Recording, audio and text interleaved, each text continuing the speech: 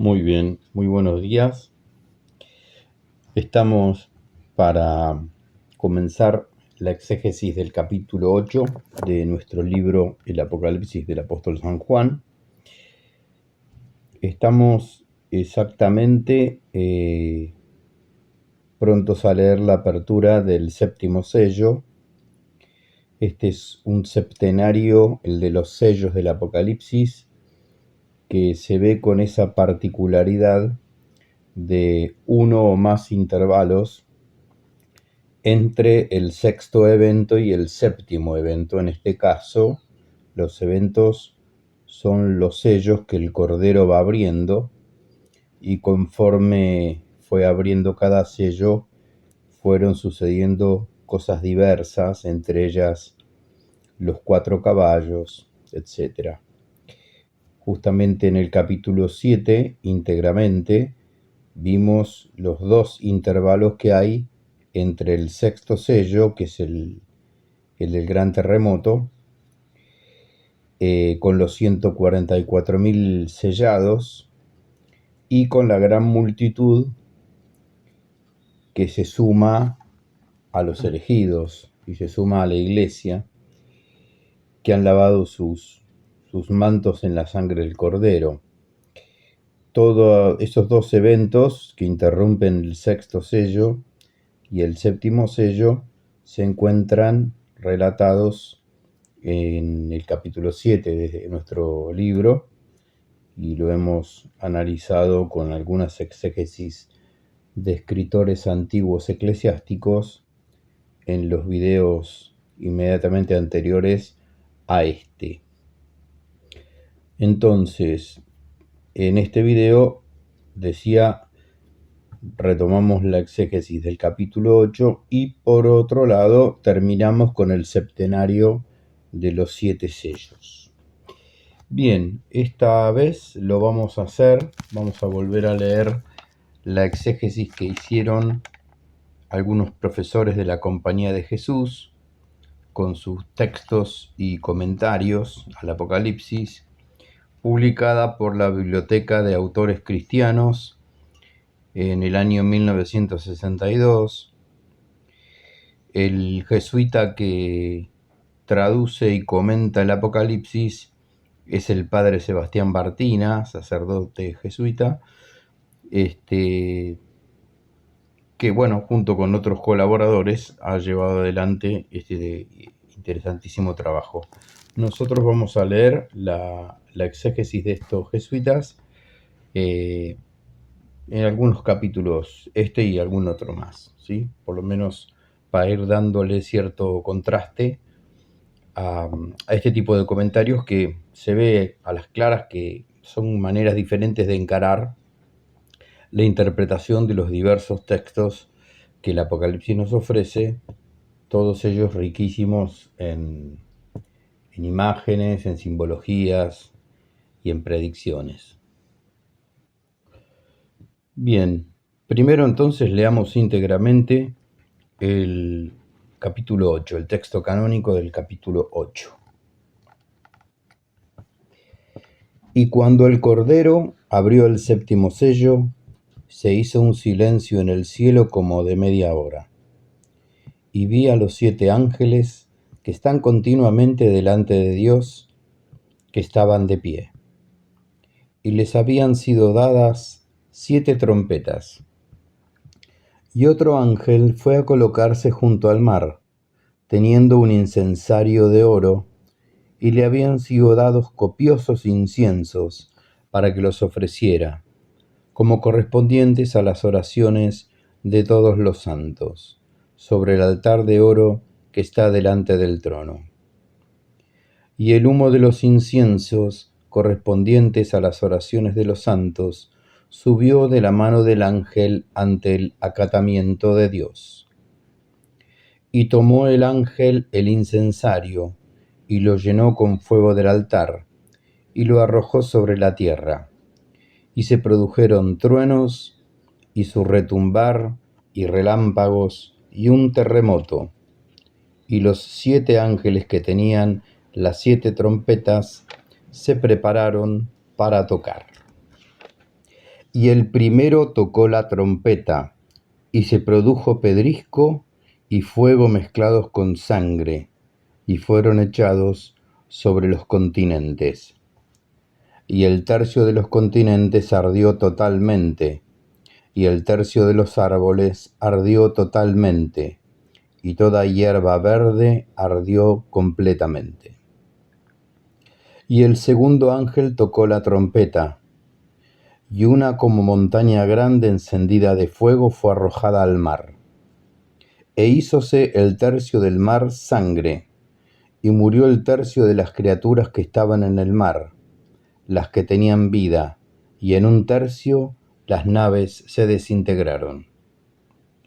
Y el tercer ángel tocó la trompeta, y cayó del cielo un gran astro, encendido como antorcha, y cayó sobre el tercio de los ríos y sobre las fuentes de las aguas. Y el nombre del astro es el ajenjo, y el tercio de las aguas se convirtió en ajenjo, y muchos hombres murieron de resulta de las aguas, que se habían puesto amargas. Y el cuarto ángel tocó la trompeta, y fue herido el tercio del sol y el tercio de la luna, y el tercio de los astros, de suerte que se oscureció el tercio de todos ellos, y el día no lució un tercio de su duración, y la noche semejantemente. Y vi una nueva visión, y oía un águila que estaba planeando en la cumbre del firmamento, que decía con gran voz: ¡ay, ay, ay de los que habitan sobre la tierra, por causa de los restantes toques de trompeta de los 3 ángeles que están a punto de tocar! Muy bien, hasta ahí el capítulo 8 del texto canónico. Vamos a ver ahora la exégesis de cada uno de los versículos. Bueno, vamos a ver los comentarios de los padres de la Compañía de Jesús. Respecto al versículo 1, que es la apertura del 7º sello, el padre Sebastián Bartina apunta: la apertura del 7º sello hecha por el Cordero Jesús no trae el día del castigo divino tan esperado inmediatamente y de una vez. Desencadena una serie gradual de 7 plagas que se producen al toque de 7 trompetas. En el cielo hay silencio. Callan los cánticos de alabanza y de acción de gracias de las criaturas humanas y angélicas, y se produce una calma expectativa. Entretanto, suben simbólicamente comprimidas las oraciones de la Iglesia por su propia libertad y exaltación. La media hora tiene su simbolismo en los profetas. Es el tiempo de espera de la intervención divina. Ahí el padre pone algunas citas: Sofonías 1:7, Habacuc 2:20, Zacarías 2:17.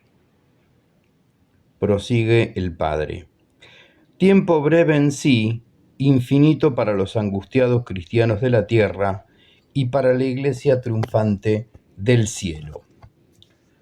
Bien, recordemos que el género literario apocalíptico, profético apocalíptico, es un género que se caracteriza por destinatarios. El escrito tiene destinatarios que generalmente están viviendo persecución y encuentran en la acción de Dios, solvente, fuerte, desencadenante generalmente de acontecimientos trágicos, cierto consuelo. Entonces, cualquier espera o cualquier retraso de la acción directa de Dios sobre la naturaleza y sobre la historia es vista con angustia, con ansiedad por los cristianos de la tierra que están sufriendo persecución y por la Iglesia triunfante del cielo. Eso siempre hay que tenerlo en cuenta. Son textos de consolación y de fortaleza en la persecución. Bueno, muy bien. Respecto al versículo 2, el versículo 2 decía: y vi a los 7 ángeles que están continuamente delante de Dios, que estaban de pie y les habían sido dadas 7 trompetas, los jesuitas, estos que estamos escuchando, apuntan. Esta nueva sección empieza con un preludio impresionante. Juan ve que los 7 ángeles que están continuamente ante el trono de Dios estaban de pie, como arringlerados ordenadamente. Se prepara un nuevo acontecimiento. Antes no ha hablado de estos ángeles y los introduce con artículo, suponiéndolos ya conocidos. Es el procedimiento del vidente, dice acá el padre Bartina. Va describiendo en su parquedad pormenores y personas a medida que los necesita. Estos ángeles eran conocidos por la tradición. Se trata de los ángeles de la faz o de la presencia de Dios, llamados así por estar continuamente ante la divinidad dispuestos a cualquier orden divina. Forman un grupo superior entregado al servicio especial de Dios. Son 7, y algunos se llaman Rafael, Tobías 12:15, otro Gabriel, Lucas 1:19, otro Miguel, Daniel 10:13 y 12:1.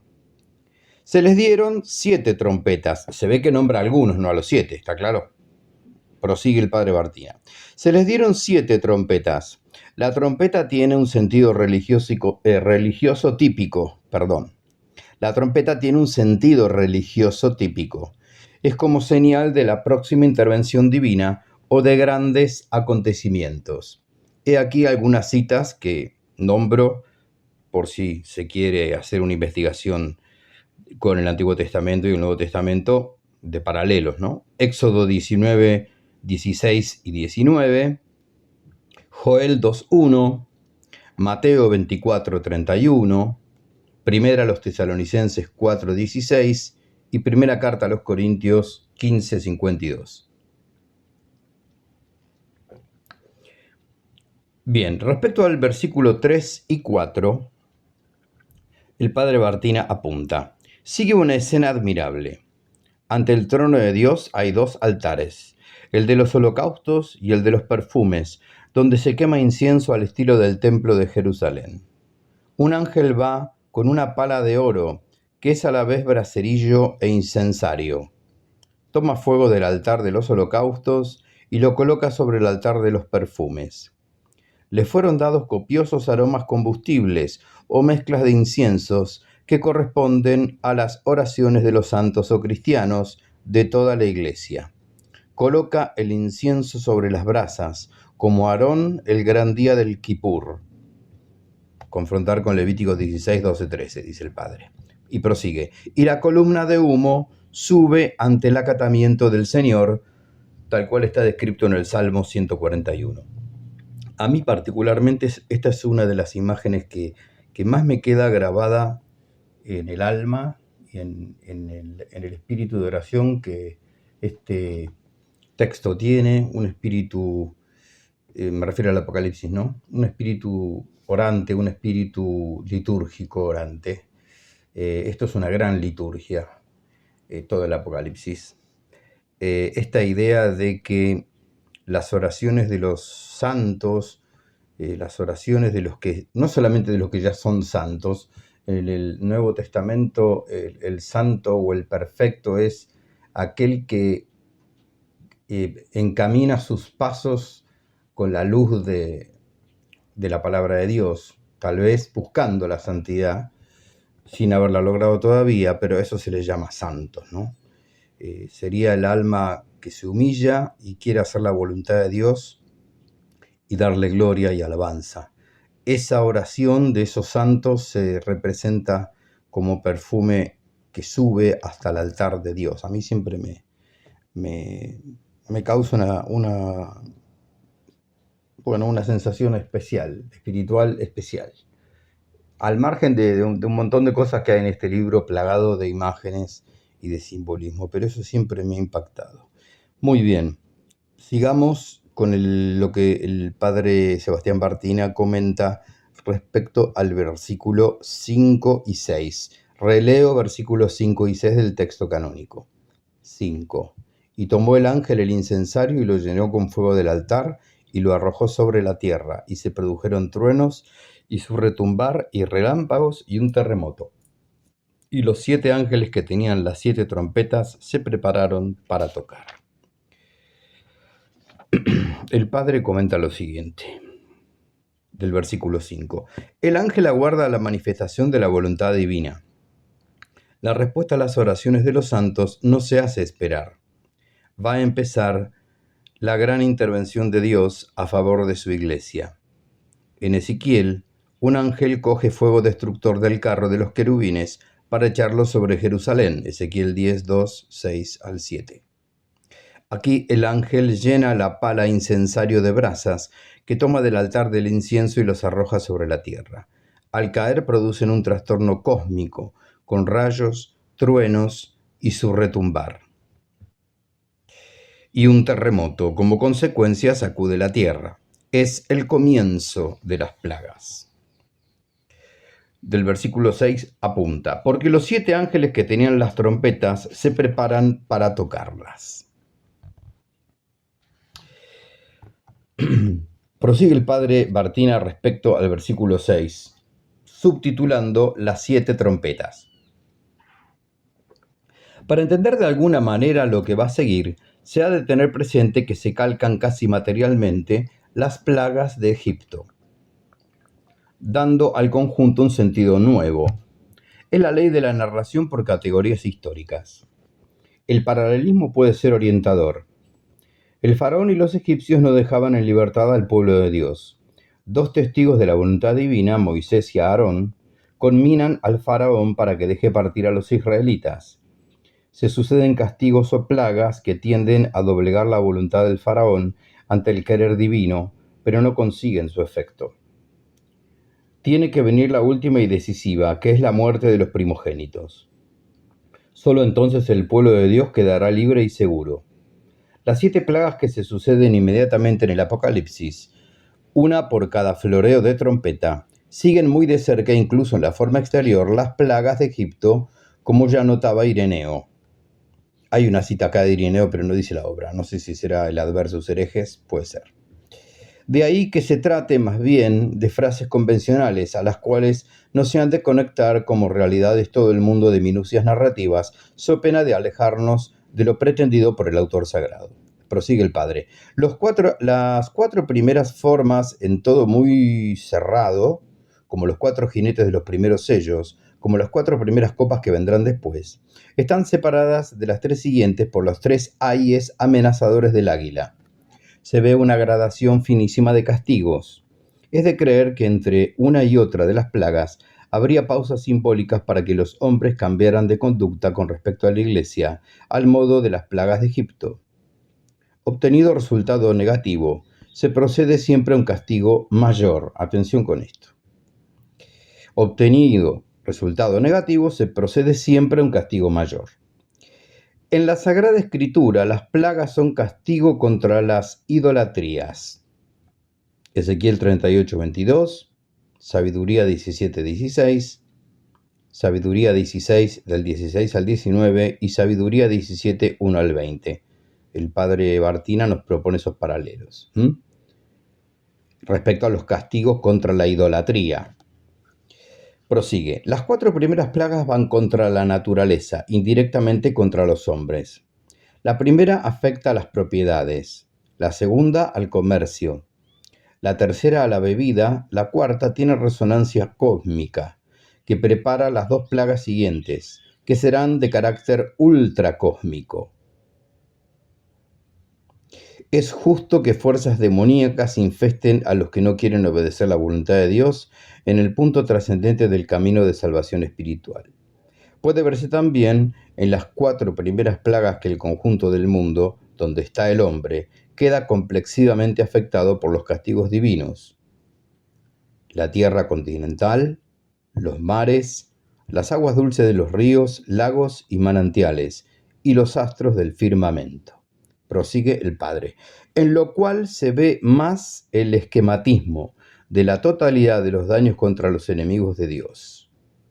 Es digna de atenderse también la cantidad del daño causado. Mientras los 4 jinetes herían a 1/4 de la humanidad, coenvolviendo a la Iglesia, aquí el castigo es mayor, pues llega a 1/3, pero por otra parte se queda dentro de unos estrechos límites. La cólera divina no llega a su máximo en los castigos de este septenario, lo alcanzará en las 7 copas. Muy bien, seguimos con el versículo 7 del capítulo 8. El versículo 7 escribía el texto canónico. Y el primero tocó la trompeta, y se produjo pedrisco y fuego mezclado con sangre, y fueron echados sobre los continentes, y el tercio de los continentes ardió totalmente, y el tercio de los árboles ardió totalmente, y toda hierba verde ardió completamente. Nuestra exégeta escribe, del versículo 7, al tocar el ángel se forma un turbión tropical arrollador, que destruye las propiedades humanas y la agricultura. La tempestad de sangre tiene resonancias bíblicas en Joel 2:30, así también como en Hechos de los Apóstoles 2:19. ¿Es quizá el rastro que deja el huracán?, pregunta el exégeta. Este castigo corresponde a la granizada destructora de la 7ª plaga de Egipto, escrita en Éxodo 9:13 al 35. Después del versículo 8 y 9, el Padre va a apuntar lo siguiente. Releo el versículo 8 y 9 del Apocalipsis. Y el segundo ángel tocó la trompeta, y una como montaña grande encendida de fuego fue arrojada al mar, e hízose el tercio del mar sangre. 9. Y murió el tercio de las criaturas que estaban en el mar, las que tenían vida, y en 1/3 las naves se desintegraron. Dice el padre Sebastián, tiene 3 partes: la caída de un monte ardiendo en el mar, la conversión del agua en sangre y sus efectos perniciosos. Algunos autores han querido ver en este monte un volcán, y más concretamente la erupción del Vesubio del 79. Aunque la explicación es sugestiva, está quizás lejos del estilo apocalíptico. Este castigo corresponde a la primer plaga egipcia, en la que el agua se convierte en sangre, explicada en Éxodo 7, del 19 al 25. Respecto al versículo 10 y 11, que también vamos a releer, el texto canónico de 10:11 decía, y el tercer ángel tocó la trompeta, y cayó del cielo un gran astro encendido como antorcha, y cayó sobre el tercio de los ríos y sobre las fuentes de las aguas. 11. Y el nombre del astro es el ajenjo. Y el tercio de las aguas se convirtió en ajenjo, y muchos hombres murieron de resulta de las aguas que se habían puesto amargas. Exégesis de 10 y 11. La plaga que trae el toque de la tercera trompeta se ocasiona por la caída de un meteoro. Es completamente ajeno al estilo de la narración querer buscar explicaciones astronómicas. El nombre de este astro es el ajenjo. Se le da tal vez por los efectos de su caída. La planta del ajenjo, que en latín el nombre es Artemisia absinthium, Artemisa absinthium, la planta del ajenjo, era célebre en la antigüedad por su sabor, que se consideraba como el más amargo de lo conocido. Prosigue el padre. En la Biblia, el ajenjo es símbolo de los castigos divinos, Deuteronomio 29:17, Amós 5:7, y su brebaje se considera como sinónimo de veneno, Jeremías 9:14. Los ríos y manantiales corrompidos con esa sustancia matan a muchos hombres.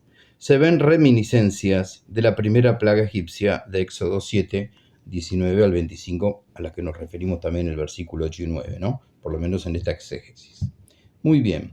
Respecto al versículo 12, que el texto decía, y el cuarto ángel tocó la trompeta, y fue herido el tercio del sol y el tercio de la luna, y el tercio de los astros, de suerte que se oscureció el tercio de todos ellos, y el día no lució 1/3 de su duración, y la noche semejantemente. El padre Bartina, en ese versículo 12, apunta. La cuarta trompeta trae oscuridades y eclipses en el mundo astral. hay una equivalencia muy marcada con la nona plaga de Egipto, cuando las tinieblas cubrieron por 3 días la tierra. Éxodo 10, 21 al 29. Ya trascienden los castigos la superficie del orbe, preparan para correctivos más extremos. Los 3 siguientes toques de trompeta traerán una creciente intensidad en los castigos, afectarán directamente a los hombres enemigos de Dios ante este nuevo peligro que amenaza a los habitantes de la tierra, que son la humanidad no cristiana. Se avisa con anticipación por si quieren volver atrás en su odio a Dios y a su obra. Muy bien. Por último, la exégesis del versículo 13 del capítulo 8, ya promediando este capítulo. El texto canónico de 13 decía: y vi una gran visión, y oí a un águila que estaba planeando en la cumbre del firmamento, que decía con gran voz: ¡ay, ay! ¡Ay de los que habitan sobre la tierra por causa de los restantes toques de la trompeta de los 3 ángeles que están a punto de tocar! El padre Bartina apunta: un águila planea en el cenit para que su voz sea oída de todo el mundo. No es un mensajero de mal agüero como podría ser el búho, sino un enviado de Dios para despertar el arrepentimiento y así evitar los males que van a venir. Pronuncia 3 ayes, que corresponderán a las 3 plagas siguientes. El ay, amenazador, tan frecuente en la literatura semítica, es lo contrario al macarismo, e implica el deseo o anuncio de una calamidad más o menos dura. Muy bien. Bueno, hasta ahí la exégesis de los padres de la Compañía de Jesús respecto al capítulo 8 de nuestro libro, El Apocalipsis del apóstol San Juan.